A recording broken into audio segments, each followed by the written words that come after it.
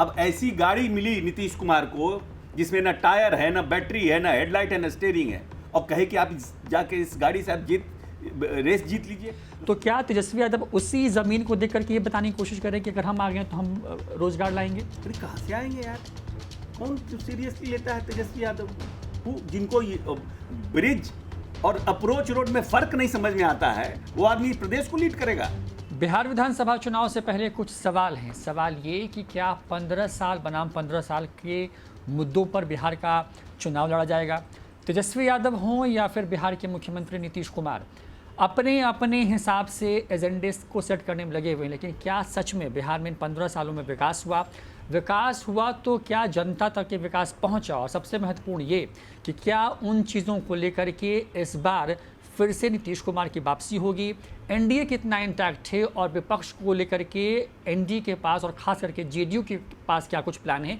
इन तमाम चीज़ों में बातचीत करने के लिए हमारे साथ में बिहार सरकार के वरिष्ठ मंत्री अशोक चौधरी जी हैं, जो कि भवन निर्माण विभाग के मंत्री हैं, और सबसे महत्वपूर्ण ये कि जदयू में बेहद सक्रिय हैं, कई चुनावों का अनुभव है। अशोक चौधरी जी, क्योंकि इस बार का जो चुनाव है, क्योंकि अब दिख यही रहा है कि 15 साल बनाम 15 साल का है, आपकी भी जो पार्टी है उसकी तरफ से कई टीजर सामने आ चुके हैं, कई पोस्टर्स ऐसे हैं जो सोशल मीडिया पे वायरल हैं, और उसके जवाब में तेजस्वी यादव के भी कुछ सवाल हैं।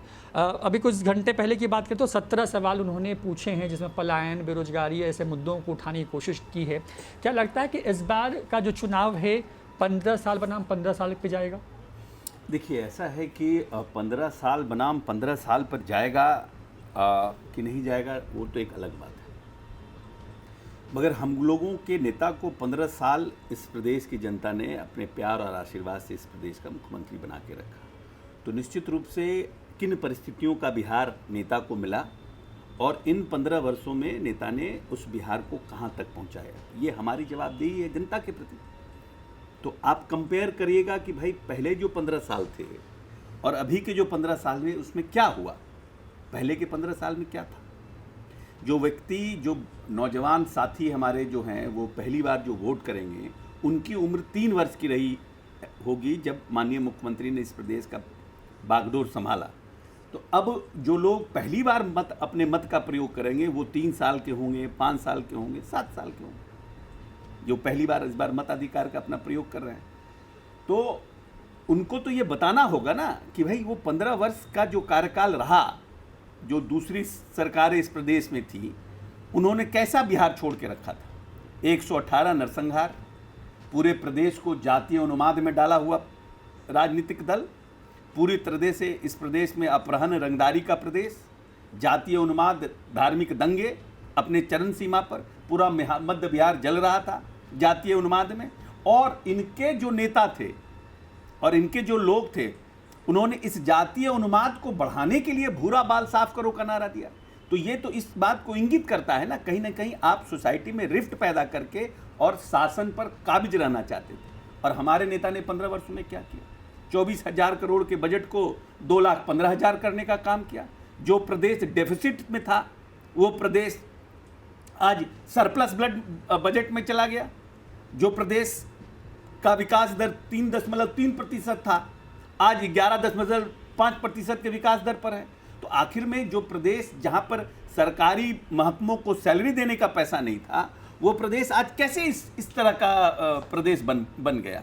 तो ये तो हम जब तक बताएंगे नहीं लोगों को, कहेंगे नहीं लोगों को, तब तो लोगों को पता कैसे चलेगा। लेकिन अशोक जी, तेजस्वी यादव ये कह रहे हैं कि ठीक है, आपकी सरकार ने काम किया, वो भी इस बात को मानते हैं दबी जुबान से, लेकिन वो कह रहे हैं कि पलायन तो बिहार में रुका नहीं। वो ये कह रहे हैं कि बिहार में बड़े उद्योग कौन से आए? चीनी मिल का क्या हाल है? वो ये कह रहे हैं कि बिहार में क्या सिर्फ सड़कों को बना देना, क्या सिर्फ इमारतों को खड़ा करने से बिहार में पलायन रुका?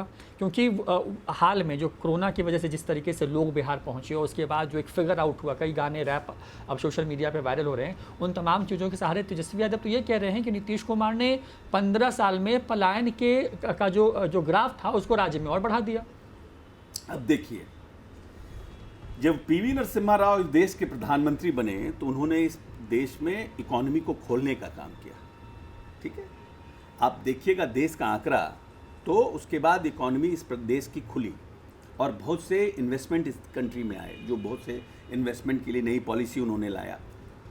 सभी राज्य सरकारों ने बनाया पॉलिसी, इंडस्ट्रियल पॉलिसी बनाया, और कहीं ना कहीं उस समय का जो जो परिस्थितियां थी उसका ज़्यादा से ज़्यादा फायदा उठाने का प्रयास किया। इनके पार्टी की सरकार थी, इन्होंने क्या उद्योग नीति लाया? ये तो उस समय जातीय उन्माद फैलाने में लगे हुए थे, क्योंकि इस पर इनका विश्वास ही नहीं था इन सब चीज़ों पर। तो जब एक मौका था इस देश में, बिहार जैसे राज्य को भी, कि हम नए इंडस्ट्रीज पॉलिसी लाके उसका हम फायदा उठाए, तो आप जातीय उन्माद में पड़े हुए थे और आज आप दोषी दे रहे हैं। अब ठीक है, 15 वर्षों में तो आपने मिला, अब ऐसी गाड़ी मिली नीतीश कुमार को जिसमें ना टायर है, ना बैटरी है, ना हेडलाइट है, ना स्टीयरिंग है, और कहे कि आप जाके इस गाड़ी से आप रेस जीत लीजिए। तो सबसे पहले उसका तो टायर बनेगा, उसका बैटरी लगेगा, उसका हेडलाइट ठीक किया जाएगा। तो इस प्रदेश में बिजली कहाँ थी? कौन इंडस्ट्रीज आएगा अपने जनरेटर पर बिजली इंडस्ट्रीज चलाने के लिए?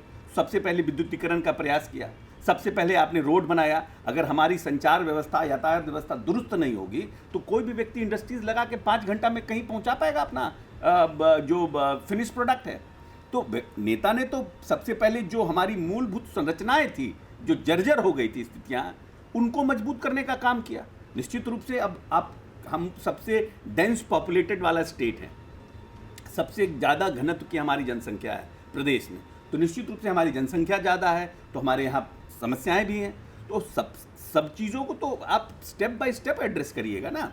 आप कह रहे हैं हमारे यहाँ बेरोजगारी, तो आपके समय में तो अपहरण और रंगदारी हो रहा था, क्यों पॉलिटिकल पार्टी किसका राजनीतिक संरक्षण प्राप्त था? आपने तो पूरे जो बिजनेस हाउसेस थे, एस्टैब्लिश बिजनेस हाउसेस, उनका प्लान करा दिया।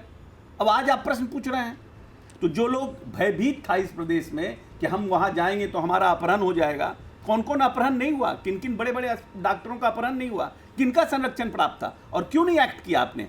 कहाँ अब हमारे यहाँ 15 वर्षों में कोई अपहरण या रंगदारी का केसेस आ रहा है? तो यानी जो तेजस्वी यादव जिस तस्वीर को बताने की कोशिश कर रहे हैं, पोर्टल लॉन्च किया, 5 लाख लोगों ने, जो बेरोजगार युवा है बिहार के, उन्होंने इनरोलमेंट किया उस पोर्टल पे, तो क्या तेजस्वी यादव नीतीश कुमार की जो बनाई हुई ज़मीन है, जिस पर अब शायद बिहार में अगले जो 5 साल होंगे उसमें उद्योग आए, क्योंकि हमने बेसिक इंफ्रा पे काम किया जो आप कह रहे हैं, तो क्या तेजस्वी यादव उसी ज़मीन को देख करके ये बताने की कोशिश कर रहे हैं कि अगर हम आ गए तो हम रोजगार लाएंगे? अरे कहाँ से आएंगे यार? कौन सीरियसली लेता है तेजस्वी यादव को? जिनको ब्रिज और अप्रोच रोड में फर्क नहीं समझ में आता है, वो आदमी प्रदेश को लीड करेगा? अब आपको लगता है क्या कि प्रदेश की जनता ऐसे लोगों को प्रदेश देने वाली है जिनको यही नहीं पता है कि अप्रोच रोड और ब्रिज में क्या फर्क है?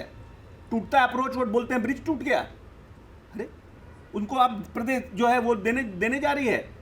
जनता उनके बातों पर विश्वास करने वाली है। 15 वर्ष तक तो इनको दिया ही शासन।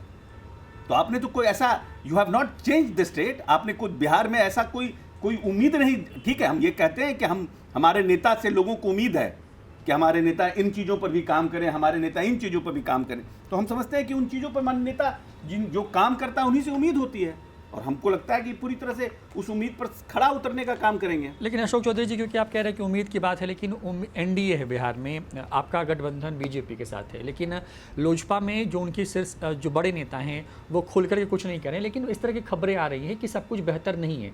क्या आपको लगता है कि नहीं, ऐसी कोई बात नहीं है, ये बेवजह का बस एक तरीके से माहौल बनाने की कोशिश हो रही है, सब कुछ इंटैक्ट है एनडीए के अंदर में, और आप एकजुटता के साथ चुनावी मैदान में जाएंगे? खबरों पर हम लोग रिएक्ट नहीं करते हैं, खबरों पर रिएक्ट हम लोग नहीं करते हैं। पूरी तरह से एनडीए इंटैक्ट है, और कोई ऑफिशियल बात बोला जाएगा तब तो उसका जवाब दिया जाएगा। ऐसे सूत्र और खबर पर हम लोग क्या रिएक्ट करेंगे? हमको तो यही है, हमारे पास यही एक जानकारी है कि पूरी तरह से एनडीए इंटैक्ट है, और नीतीश कुमार ने इस प्रदेश में काम किया है। नीतीश कुमार का चेहरा एक कामयाब मुख्यमंत्री के रूप में प्रदेश की जनता मानती है और उन्हीं से उम्मीद करती है, और नीतीश कुमार उम्मीद पर खड़े उतरेंगे आने वाले 5 वर्षों में। तो यानी जेडीयू और एनडीए का सिर्फ और सिर्फ एजेंडा विकास विकास विकास होगा बिहार में इस चुनाव में? हमारा एजेंडा, नीतीश कुमार का एजेंडा ही विकास है, इसके अलावा हमारा कोई एजेंडा ही नहीं है। हम तो डिलीवर करके लोगों से वोट मांगते हैं। हम जो काम कमिट करते हैं उस काम को डिलीवर करते हैं और फिर जनता के बीच जाते हैं। यही नीतीश कुमार का यूएसपी है। नीतीश कुमार ने 7 निश्चय लाया, 7 निश्चय के माध्यम से उन्होंने डिलीवर किया, और ये पहली बार हुआ है इन 15 वर्षों में नीतीश कुमार ने जो योजनाओं का निर्माण किया इस प्रदेश में, देश ने उसको अंगीकार किया। चाहे वो जल जीवन हरियाली हो, चाहे इस प्रदेश में हर घर नल जल हो, चाहे इस प्रदेश में लड़कियों के लिए साइकिल योजना हो, सबको इस देश ने अंगीकार किया है कि नीतीश कुमार की जो योजना है उसको दूसरे राज्यों ने और देश ने भी अंगीकार किया है।